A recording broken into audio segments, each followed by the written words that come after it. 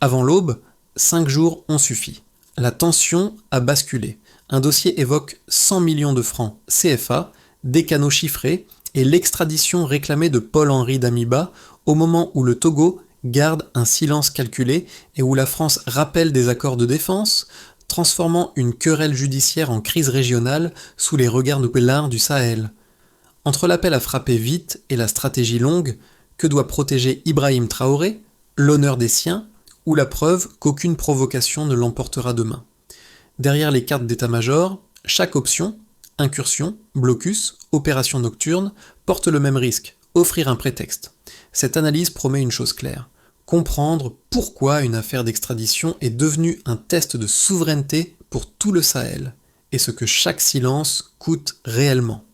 Si je devais le dire en moins de 12 mots, ce serait lire les risques pour décider sans se piéger, car l'enjeu dépasse un homme et même une frontière. Il touche à la capacité d'un État à faire respecter sa justice sans déclencher une réaction en chaîne régionale. Dans cette séquence, chaque acteur avance avec ses contraintes. Le Burkina Faso, qui exige des comptes après des tentatives d'assassinat, le Togo, qui temporise entre droit et calcul, la France qui rappelle des accords anciens pour dissuader toute initiative militaire. Pour Ibrahim Traoré, la promesse est aussi un pari, montrer qu'une retenue stratégique peut être plus efficace qu'un geste spectaculaire. Mais le risque est symétrique. Trop attendre peut user la crédibilité interne, nourrir la colère des officiers et fragiliser l'unité nationale. La question centrale devient alors simple et lourde. Jusqu'où tenir sans céder et à quel moment l'attente cesse-t-elle d'être une force ? 3 chiffres structurent toute l'affaire dès l'ouverture. 40 tentatives d'assassinat recensées, 19 officiers ciblés en une seule nuit, 100 millions de francs CFA tracés dans des transferts opaques. Ces données, issues du contre-espionnage burkinabé, ont fait basculer une suspicion diffuse en accusation formelle et ont replacé le dossier au cœur de la sécurité nationale. À partir de là, le contexte se resserre rapidement. Après l'échec sanglant du dernier complot, Ouagadougou estime que la menace n'est plus intérieure, mais organisée depuis l'extérieur. Les messages interceptés relient d'anciens officiers en exil au Togo à une cellule dormante dans la capitale, en dessinant une chaîne régionale de déstabilisation. Ce n'est plus un fugitif isolé, mais une architecture patiente et discrète. Dans ce cadre, la demande d'extradition de Paul-Henri Damiba devient un signal politique autant qu'un acte judiciaire. Elle révèle aussi, par ricochet, l'existence d'une opération de contre-espionnage menée depuis des mois où chaque contact a été observé et documenté. Le silence togolais, loin d'apaiser la situation, agit alors comme un amplificateur. Chaque heure sans réponse nourrit la méfiance et ouvre l'espace aux interprétations stratégiques. C'est à ce moment que la dimension internationale s'impose.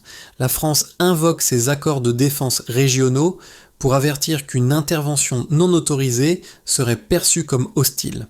En une phrase, un dossier judiciaire glisse vers une crise géopolitique. Pour Ibrahim Traoré, le décor est désormais clair. Agir trop vite risquerait d'offrir un prétexte, attendre trop longtemps pourrait éroder l'autorité interne. Ainsi se met en place un paradoxe central. La souveraineté n'est plus seulement une question de force, mais de tempo. Et c'est ce rythme, plus que les armes, qui commence à décider de l'issue. Dans cette phase, le récit se resserre autour d'un point d'observation précis, la prise de décision au sommet et ses effets immédiats sur le terrain. Les réunions se succèdent, plus courtes, plus fermées, les cartes frontalières restent dépliées, mais aucun ordre n'est donné. Ce choix, en apparence immobile, produit pourtant des impacts concrets dès les premiers jours. Au sein des forces armées, la protection des officiers menacés est renforcée. Les protocoles de communication sont revus, d'où les circuits d'information raccourcis. Cette réorganisation rapide vise moins à préparer une offensive qu'à éviter toute fuite ou interprétation erronée. La sécurité devient défensive, presque introspective, signe que la priorité est de tenir la ligne sans offrir d'angle mort. Dans les villes, l'effet est différent. Les marchés continuent d'ouvrir, mais la rumeur circule plus vite que les communiqués officiels. Les citoyens perçoivent l'attente comme un test de sang-froid. Certains y voient une preuve de maturité stratégique, d'autres une patience dangereuse. Les réseaux sociaux amplifient ces lectures opposées, transformant chaque silence institutionnel en débat public. Ibrahim Traoré apparaît alors comme un personnage de retenue plutôt que de rupture. Les images diffusées le montrent écoutant, notant, différent. Ce positionnement façonne un impact précoce essentiel. La crise n'est pas encore une guerre, mais elle n'est déjà plus une simple affaire judiciaire. Elle s'installe dans le quotidien, modifiant les attentes et la perception du pouvoir. Ce qu'il faut retenir dès maintenant, c'est que l'absence d'action visible devient elle-même un acte politique. Avant, le dossier avançait à bas bruit, traité comme une enquête sensible parmi d'autres. Après, chaque minute devient publique, comptée, interprétée. Le déclenchement tient en une séquence précise. Un matin, le ministère burkinabé des Affaires étrangères publie un communiqué exigeant l'extradition immédiate de Paul-Henri Damiba. Le message est bref, juridique dans la forme, politique dans la portée. 30 minutes plus tard, Lomé ne répond pas. À midi, c'est dès les médias sahéliens relaient l'information. La mécanique est lancée. Le premier cercle de répliques se joue dans les chancelleries. Le silence togolais est lu comme une temporisation calculée, non comme une fin de non-recevoir. À Paris, des conseillers rappellent les clauses de défense bilatérales liant la France aux États côtiers. Une seule phrase suffit à faire monter la pression. Toute intervention non autorisée serait considérée comme hostile. En quelques heures, l'affaire quitte le strict champ judiciaire pour entrer dans celui de la dissuasion stratégique. Le climax s'installe lorsque les éléments du contre-espionnage filtrent. Les messages interceptés, les itinéraires financiers, le montant de 100 millions de francs CFA évoqué dans les transferts, tout converge vers l'idée d'une orchestration régionale. À Ouagadougou, avant un conseil restreint est convoqué. Les scénarios sont posés sans détour. Incursion limitée, blocus ciblé, opération nocturne. Chaque option est évaluée puis suspendue à la même question centrale, le risque de déclencher une réponse extérieure. À ce stade, Ibrahim Traoré choisit la retenue visible. Aucun mouvement de troupes, aucune annonce spectaculaire. Le calcul est assumé, maintenir la pression sans créer l'incident. Cette posture transforme le cœur de la crise. Ce n'est plus la capacité d'agir qui est en cause, mais la capacité à ne pas offrir de prétexte. Dans le même temps, la mobilisation symbolique s'intensifie. À la radio nationale, les messages appellent à la patience et à la vigilance. Sur les réseaux, le soutien populaire s'exprime, parfois impatient, souvent discipliné. Les répliques s'étendent ensuite au-delà des frontières. Le Mali et le Niger signalent leur appui politique. La Côte d'Ivoire et le Bénin observent avec prudence. Dans les marchés, la peur d'un embrasement coexiste avec une forme de fierté contenue. Les acteurs économiques ralentissent certains projets sans les annuler. La crise s'installe comme une zone grise, ni paix, ni confrontation ouverte. Enfin, un nouvel équilibre provisoire apparaît. Le silence devient un langage stratégique. Chaque absence de réponse est interprétée comme un message. Chaque jour, sans incident, renforce l'idée que le tempo est désormais l'arme principale. Le fil des événements ne mène pas encore à une résolution, mais à une stabilisation tendue, où l'erreur compterait plus que l'inaction. La séquence se referme sur une certitude fragile. Ce qui devait être un coup rapide s'est transformé en épreuve de durée. Au départ, la situation semblait contenue. Un pays stabilisant sa sécurité interne après une série de complots, des réseaux adverses réputés désorganisés et une vigilance accrue sans montée visible de la menace. Puis le delta apparaît.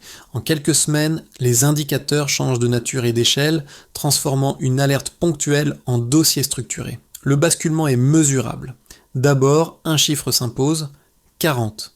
Il correspond au nombre total de tentatives d'assassinat recensées contre le chef de l'État depuis son arrivée au pouvoir. Le chiffre, déjà élevé, prend une autre dimension lorsqu'il est mis en perspective. Dans la phase initiale, ces tentatives étaient dispersées, opportunistes, souvent mal coordonnées. Le delta montre une concentration, une répétition et surtout une logique cumulative. La menace n'est plus sporadique, elle devient systémique. Ensuite, un autre indicateur apparaît. 19 officiers ciblés simultanément lors du complot attribué au réseau de Paul-Henri Damiba. Le baseline militaire admet des risques individuels. Rarement une attaque coordonnée contre une chaîne de commandement entière. Le delta, ici, signale un saut qualitatif. Éliminer 19 cadres en une nuit aurait paralysé l'appareil sécuritaire. Ce chiffre révèle une intention stratégique, pas une vengeance isolée.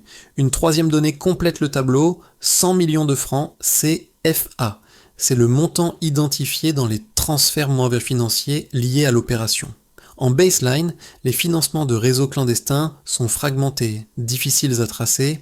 S'il est souvent dissimulé derrière de petites sommes, le delta financier observé est net, un volume inhabituel, des sociétés écrans, des itinéraires convergents, chaque transaction devient une preuve, chaque date un repère temporel. Les enquêteurs ne parlent plus de soupçons, mais de corrélations établies. Ces chiffres ne vivent pas seuls, leur force vient de leur alignement. Les dates des transferts correspondent aux échanges cryptés interceptés. Les aveux d'intermédiaires arrêtés confirment la chronologie. Le passage du baseline au delta dessine une architecture cohérente, où l'intention, les moyens et le calendrier se répondent. La donnée cesse d'être descriptive, elle devient explicative. Pour Ibrahim Traoré, cette lecture quantitative sert un double objectif. À l'intérieur, elle justifie la fermeté sans précipitation, en montrant que la menace est réelle mais documentée. À l'extérieur, elle alimente une stratégie de preuve. Transformer la patience en dossier, le temps en argument. Chaque jour sans action militaire ajoute une couche de crédibilité aux chiffres déjà établis. Enfin, ces données éclairent le choix du tempo. Une intervention rapide aurait pu interrompre la chaîne, mais au prix d'un incident frontalier. L'accumulation chiffrée permet une autre voie, exposer progressivement le delta, rendre visible l'écart avec le baseline et déplacer la pression du terrain vers le registre juridique et diplomatique. La première thèse plaide pour l'action rapide. Ses défenseurs estiment que l'inaction prolonge l'humiliation et fragilise l'autorité de l'État. Selon eux, chaque jour sans extradition renforce les réseaux adverses et envoie un signal de faiblesse aux officiers visés. Ils invoquent dans des précédents récents, lorsque la riposte a été différée, la violence s'est enracinée. Lorsque l'initiative a été prise, le rapport de force s'est rééquilibré. Dans cette lecture, frapper vite n'est pas une escalade, mais une manière de reprendre le contrôle du calendrier. La seconde thèse soutient la stratégie longue. Elle part d'un constat inverse. Toute action militaire transfrontalière offrirait un prétexte légal à une intervention extérieure. Les accords de défense évoqués par la France ne seraient pas d'un simple rappel, mais un cadre prêt à être activé. Pour ce camp, l'enjeu principal n'est pas l'arrestation immédiate d'un homme, mais la démonstration qu'un État sahélien peut résister à la provocation sans retomber dans un schéma d'ingérence. La patience devient alors une arme, car elle déplace la confrontation du terrain militaire vers le terrain politique. Ces deux positions partagent pourtant un point commun, la défense de la souveraineté. La divergence porte sur le moyen, pas sur la finalité. C'est ici que la réponse factuelle s'impose. Les données disponibles montrent que le réseau accusé est déjà exposé. Transferts financiers identifiés, canaux de communication documentés, chronologie établie. Une action précipitée interromprait peut-être une chaîne, mais détruirait aussi la possibilité d'un dossier incontestable. Dans ce contexte, la posture d'Ibrahim Traoré s'inscrit comme une synthèse prudente. Fassi, il ne nie pas la colère ni l'urgence ressentie par les partisans de l'action, mais il s'appuie sur les preuves pour transformer le temps en levier. Chaque jour, sans incident, renforce la position juridique du Burkina Faso et réduit l'espace de manœuvre de ses contradicteurs. Ainsi, le débat ne se résout pas par un choix binaire. Il révèle une tension structurelle. Comment exercer la force sans en payer le coût stratégique ? La réponse, pour l'instant, passe par une discipline collective plus que par un geste spectaculaire. Ce point marque un basculement discret mais décisif. Jusque-là, l'attente pouvait être lue comme une contrainte imposée par le contexte régional. Désormais, elle devient une stratégie assumée, presque revendiquée. Le changement tient moins à une annonce qu'à une inflexion de méthode. Montrer sans provoquer, exposer sans frapper. À ce stade, les éléments accumulés ne sont plus conservés dans l'ombre. Ils sont préparés pour une exposition graduée. Des documents circulent, des fuites ciblées apparaissent, des confirmations indirectes émergent dans la presse régionale. Rien n'est spectaculaire, mais tout est cohérent. Le message implicite est clair. Le dossier existe, il est solide et il peut être rendu public sans recours à la force. Pour Ibrahim Traoré, cette révélation de mi-parcours redéfinit l'équilibre. La crise n'est plus seulement un bras de fer diplomatique, elle devient une bataille de crédibilité. Celui qui parle trop vite s'expose, celui qui parle en dernier, avec des preuves, impose son récit. La retenue cesse d'être défensive pour devenir offensive sur le terrain symbolique. Ce déplacement change aussi la perception interne. Quand l'attente n'est plus vécue comme une faiblesse, mais comme une phase préparatoire. Le pouvoir n'est pas immobile, il choisit son moment. Et ce choix rebat les cartes. La question n'est plus quand agir, mais quand révéler. À partir de là, les conséquences cessent d'être abstraites. Elles commencent à toucher concrètement les acteurs, ici et au-delà des frontières. Pour l'État burkinabé, la première conséquence est institutionnelle. Les dispositifs de sécurité intérieure sont renforcés, non pour préparer une offensive, mais pour absorber la durée.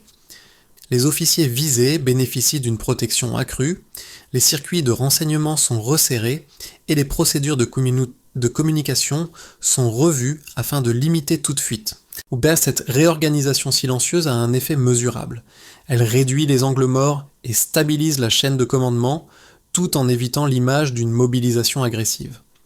Pour Ibrahim Traoré, l'enjeu est de prouver que la souveraineté peut se défendre par la méthode autant que par la force. Du côté des entreprises, l'impact est plus ambivalent. Certaines sociétés étrangères, notamment dans le secteur minier, suspendent temporairement leurs opérations dans les zones perçues comme sensibles. Cette prudence traduit la crainte d'un durcissement diplomatique ou d'une escalade régionale. Mais en parallèle, des acteurs économiques régionaux se positionnent. Des investisseurs maliens et nigériens évoquent la reprise de concessions ou le renforcement de partenariats existants. La tension crée un tri. Le capital le plus mobile se retire, tandis que le capital régional, plus exposé politiquement, s'adapte et s'implique. Pour les citoyens, les conséquences sont d'abord psychologiques. La peur d'un retour de la guerre cohabite avec un sentiment de dignité retrouvée. Les marchés continuent de fonctionner, les écoles restent ouvertes, mais la crise s'invite dans les conversations quotidiennes. Les veillées de soutien, les messages de solidarité et les débats en ligne traduisent une société en attente, attentive au moindre signal. L'absence de confrontation directe apaise l'angoisse immédiate, mais prolonge l'incertitude. Ici, la patience devient une épreuve collective. À l'échelle régionale, enfin, les effets sont stratégiques. Le Mali et le Niger affichent leur appui politique, renforçant l'idée d'un front sahélien solidaire. À l'inverse, les États de haut côtiers observent avec réserve, conscients qu'une rupture ouverte déséquilibrerait les échanges économiques et sécuritaires. La crise agit comme un révélateur. Elle montre à quel point la stabilité du Sahel est liée à celle de toute l'Afrique de l'Ouest.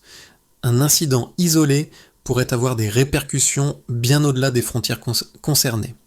Ces 4 niveaux se répondent et s'influencent. Donc, l'État ajuste ses institutions, les entreprises recalibrent leurs risques, les citoyens réévaluent leur confiance, la région mesure sa fragilité.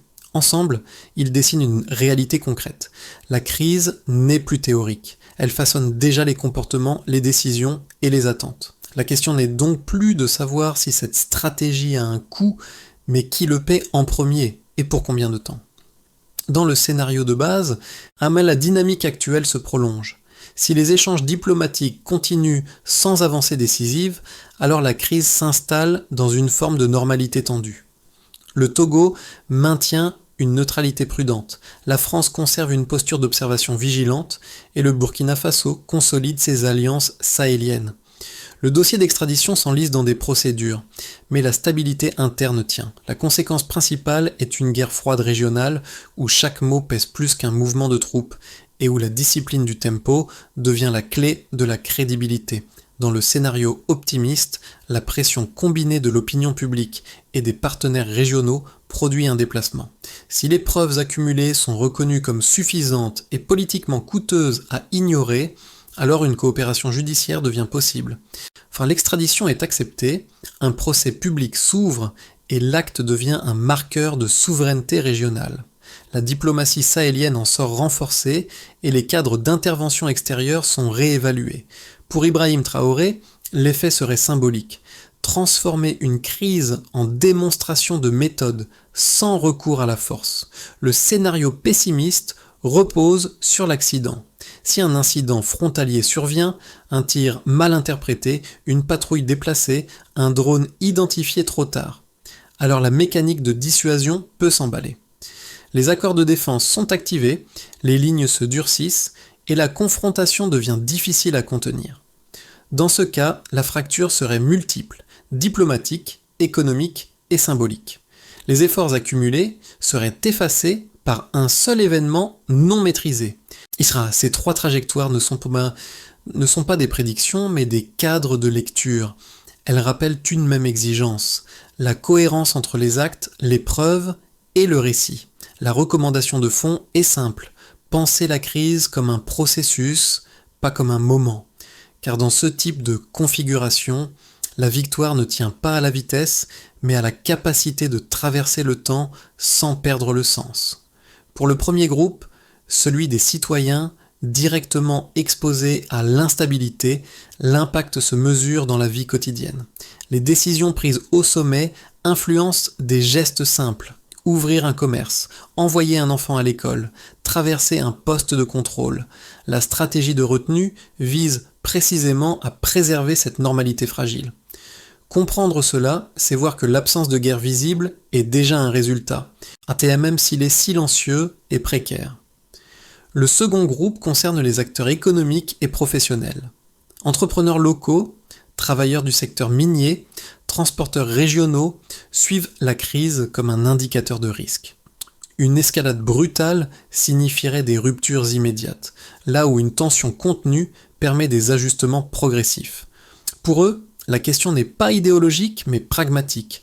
La stabilité relative conditionne l'emploi et l'investissement. Le tempo politique devient un facteur économique direct. Le troisième groupe englobe les observateurs régionaux et la diaspora.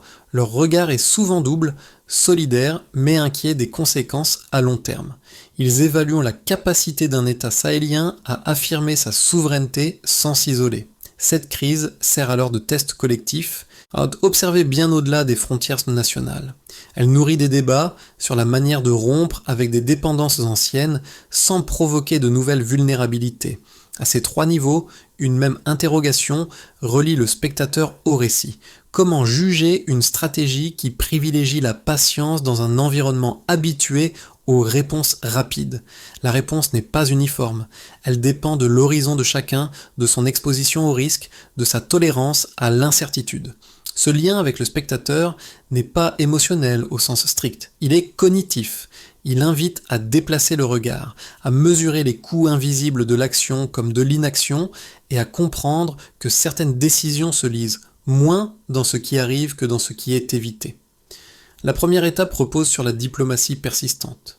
Les autorités multiplient les canaux formels et informels afin d'obtenir une réponse claire du Togo. Chaque échange est consigné, chaque silence documenté. Le calendrier n'est pas annoncé publiquement, mais la logique est cumulative. Plus le temps passe, plus le dossier s'épaissit. L'indicateur de mesure est simple, l'existence ou non d'une réponse officielle est vérifiable. La deuxième étape concerne la transparence contrôlée. Les éléments du dossier sont rendus publics de manière graduée, sans effet d'annonce. L'objectif n'est pas de convaincre par le volume, mais par la cohérence.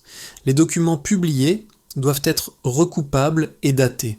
Le succès de cette phase se mesure à la crédibilité du récit dans la presse régionale et internationale, pas à la viralité immédiate. La troisième étape vise la souveraineté sécuritaire. Et la coopération au sein de l'Alliance du Sahel est renforcée. Formation conjointe, échange de renseignements, coordination des protocoles.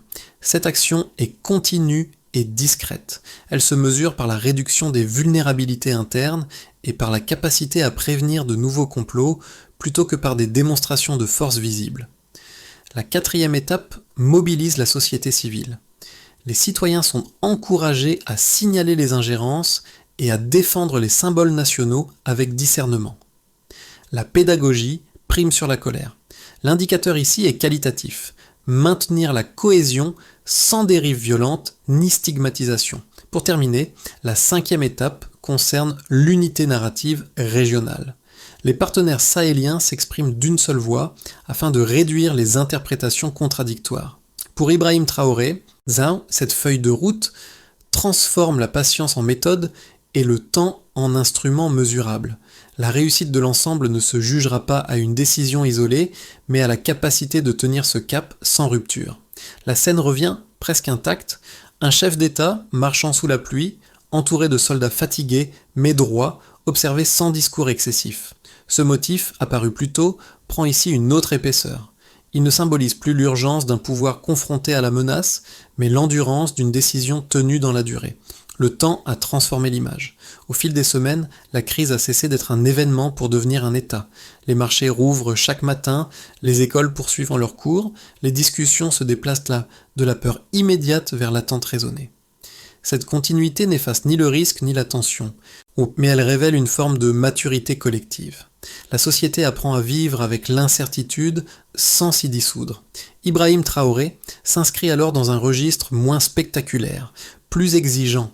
Il n'est plus seulement question de résister à un complot, mais de montrer qu'une souveraineté peut se construire sans céder à la provocation. Le choix n'est pas entre le courage et la prudence, mais entre l'instant et la trace laissée. La phrase qui s'impose n'a rien d'héroïque, elle est presque sobre. Tenir même quand rien ne se résout encore. Dans un environnement où chaque faux pas serait amplifié, la constance devient une force rare. Et s'il ne fallait retenir qu'une phrase, ce serait celle-ci. La patience peut être une victoire lente. Cette crise, en apparence locale, agit comme un miroir plus large. Elle interroge la manière dont des sociétés entières redéfinissent la dignité, la souveraineté et le rapport au temps dans un monde habitué aux réponses rapides. Ici, rien ne se joue dans un geste spectaculaire. Tout se construit dans la durée, dans la cohérence entre les mots, les preuves et les actes. Pour les observateurs, le choix n'est pas de prendre parti pour une option simple, mais de comprendre la complexité d'une situation où chaque décision comporte un coût invisible.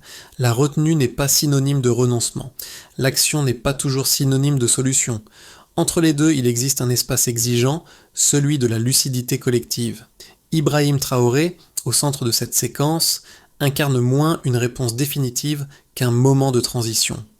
Ces choix seront jugés non par leur vitesse, mais par leur capacité à laisser des traces durables sans raviver les fractures anciennes.